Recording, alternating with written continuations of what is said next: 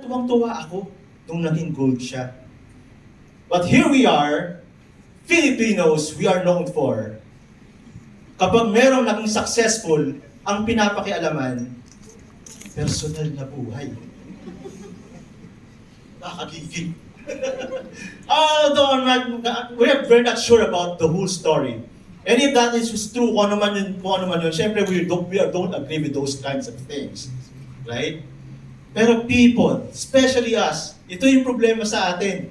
Mas nagpo-focus tayo sa kasiraan ng ibang tao, sa mga tao nagiging successful, at nakapokus tayo doon, na sirain yung pagkatao niya. Kaya ngayon, nare-realize na natin kung bakit majority ng mga Pilipino ay hindi umaasenso. Because we are not focusing on the things that he did for him to be successful. Yung sakripisyong ginawa niya, yung paano niya na-achieve to become one of the best. Pero nakafocus tayo, yung girlfriend niya, pamilya niya, all those things, right? Mga kapatid, baguhin natin. Gaya ng isang atleta, we have to focus again on a life of discipline in our faith. Focus on the things na binigay sa atin. Saan ka magaling? Then focus on developing it. Anong weakness mo? Then try hard to overcome your weakness para hindi siya maging hadlang sa success mo. You see Michael Jordan, LeBron James, Steph Curry, yung mga team players naman. When they become a champion, sila yung naghahag ng trophy. Sila yung naghahag ng trophy. Alam nyo, nung time ngayon, lahat ng mga fans nila, lahat ng mga teammates nila, sobrang saya yun. Kasi nanalo sila. Pero sino yung pinakamasayang tao doon? Yung mga alpha. Jordan, LeBron, Steph Curry. Because they have all given all that they got inside the court. Wala silang tinitira. Kaya pagkatapos ng laro at they have done winning, andun binuhos na nila yung buong emosyon nila. And that's how it is. And that's what we wanted to achieve in our lives. Di man tayo atleta, pero meron tayong kanya-kanyang karera. Meron tayong kanya-kanyang direksyon o kanya-kanyang race o kanya-kanyang sports na binigay sa atin ng Diyos. Pag-igihan natin mga kapatid. Lagi mga sinasabi sa mga worship team, galingan nyo galingan natin It's not because of our own self, but we have to give it all that we got. Just all for the glory of God. Amen. And last is the farmer. Farmer, sabi roon, the hardworking farmer, verse 6, should be the first to receive a share of their crops. Hard-working farmers. Kailangan ilagay ito Farmers work hard with the expectation of a future harvest. Siyempre, kaya ka nga nagtatanim para meron kang anihin. Alam nga lang nagtanim ka because hobby mo lang. Pasayaan mo na. Meron namang, ayoko magtanim. Farmer ako, ayoko magtanim. Sayang yung buto Baka maputikan. Walang ganun. Farmers, usually, nagtatanim sila sa tamang panahon din. They were not going to plant their seeds on a very dry land. Sobrang init. Although, may mga times na talagang mainit talaga ang panahon. They have to wait for the land to be in a perfect condition before they plant the seed. Merong tamang panahon. At ganun din, after nila magtanim, meron bang mga farmers dito? Farmers. Baka farm bill lang po yun, Very good. Actually, okay, kayo na. Kayo na yung example. Because actually, we also have to say our props to our farmers. Kasi sila nga actually, sila yung naghihirap, tayo na yung kumakain. Di ba? Tayo lang yung And Alam nila yon that they must patiently wait for the crops to grow. Pagkatapos magtanim, siyempre, araw-araw, babantay ka kung may mga peste. Araw-araw, at titignan mo yan regularly. Kung may mga namamatay, kailangan alisin mo para hindi madama yung iba. And all those things. Pero pag anihan na, yun na yun. Yun na yung very exciting part ng pagiging farmer. Kasi sila yung unang nagtatabi ng para sa kanila. Tama po ba yun? And that is rightfully tama naman. Diba? Kayo yung naghirap eh. Kailangan namang ibigay niyo muna sa lahat. Kung ano yung tira sa amin eh.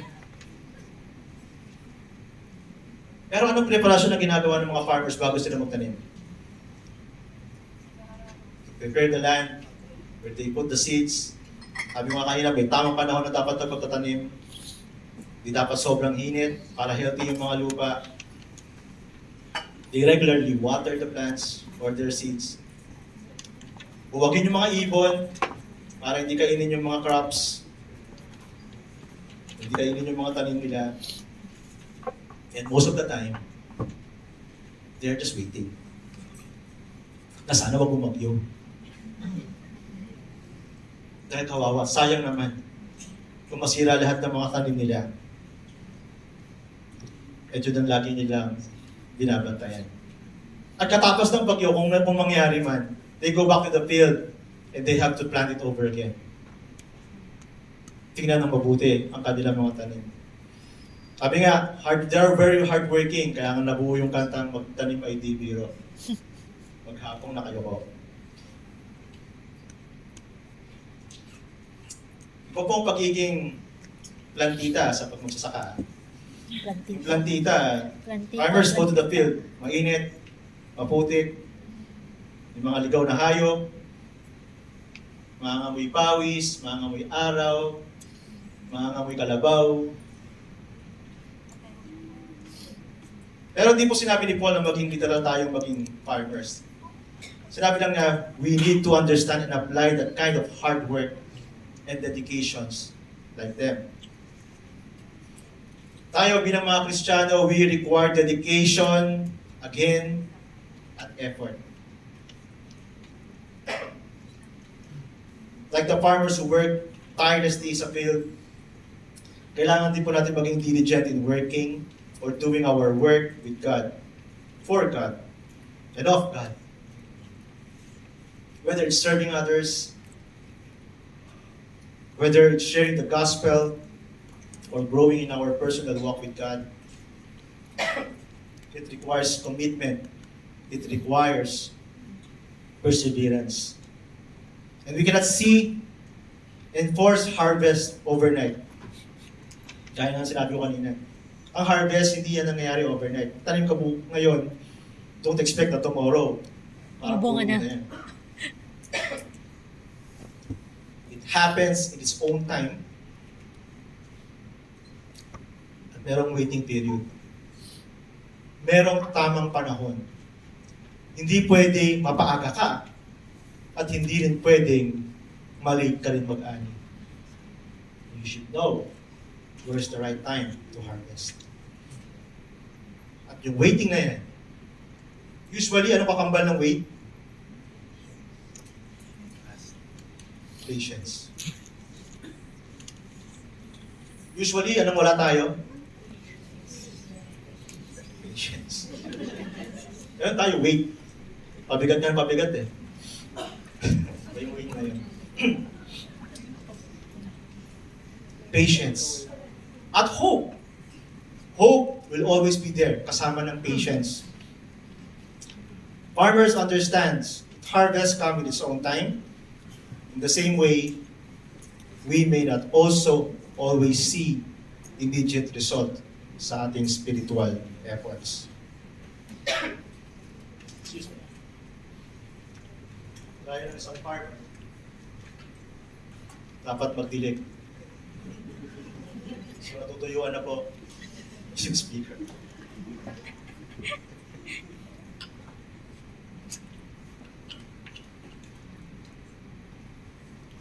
Alright. Tingnan na. So, Paul reminds us that in due time, we will share the fruits of our labor. Wait lang. Antay lang. Konti o maraming pasensya lang ang kailangan natin. Whether it's gonna be in our life or in our next life, whatever it is, lagi nating asahan na merong reward ang Diyos sa lahat ng fruitful, faithful work natin. Kung magtatanim ka, sabi nga niyan, kung nagtatanim mo, yun ang bunga mo. Ngayon, kung wala kang tanim, what do you expect? Now, my question is, again, are you faithfully working in the fields that God have appointed you? Ano yung mga fields na yun na pinakita sa iyo ng Diyos kung saan ka dapat magtanim? Ano yung mga fields na yun na pinakita sa iyo ng Diyos? Oras na. Anihan na.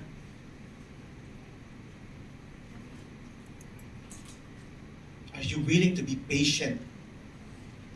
To wait for that spiritual harvest?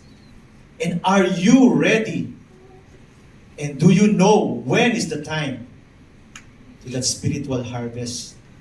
Ano ba yung spiritual harvest na sinasabi ko dito? Ang pagtanim natin, hindi lang to galit. Tatanim kayo sama ng loob or what. Sabi ng Diyos, tanim kayo ng mabuting gawa sa mga tao so that they will glorify God whom you worship. Sabi niya, ba't ang bait-bait mo?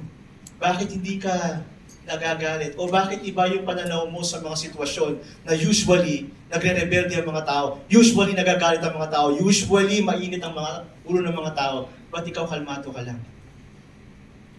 Yun ang plan. Pag-plant ng seeds, because I have a God who give me patience, who have put my hope for, at yan ang baon-baon ko. You know what? You are planting the seeds to the people who can hear those messages. Gaya nga ng una ng binasa natin kanina, you entrust these seeds, you entrust this message, you entrust this katuruan to sa mga tao na pagkakatiwalaan yung magtuturo din sa iba. Yung mga tao nakikilala rin sa Diyos, patunay na Diyos. That would be your spiritual harvest. Like a farmer, kailangan nating mag-work hard. Kailangan natin, again, hindi lamang siya effort. Kailangan natin madumihan. I-roll yung mga sleeves natin at maputikan. Kailangan natin mga amoy pawis. Kailangan natin hindi masyadong pogi o maganda. Kailangan natin medyo mangulubot yung mukha natin o yung ating mga skins in the field and experience hardship so that eventually we can also experience that first crop, first-hand crop, first-hand result ng bunga ng ating pinagpaguran. Sarap kaya ng fresh? Sarap kaya nung unang pitas? Ako narinasan ko naman hindi sa field, kundi sa fish pond. Sarap kaya ng unang catch nyo ng fish, tapos iihaw nyo na lang. The same way, we also have the experience that first-hand blessing ng Diyos sa atin. First-hand. So in conclusion, as I call on the worship team,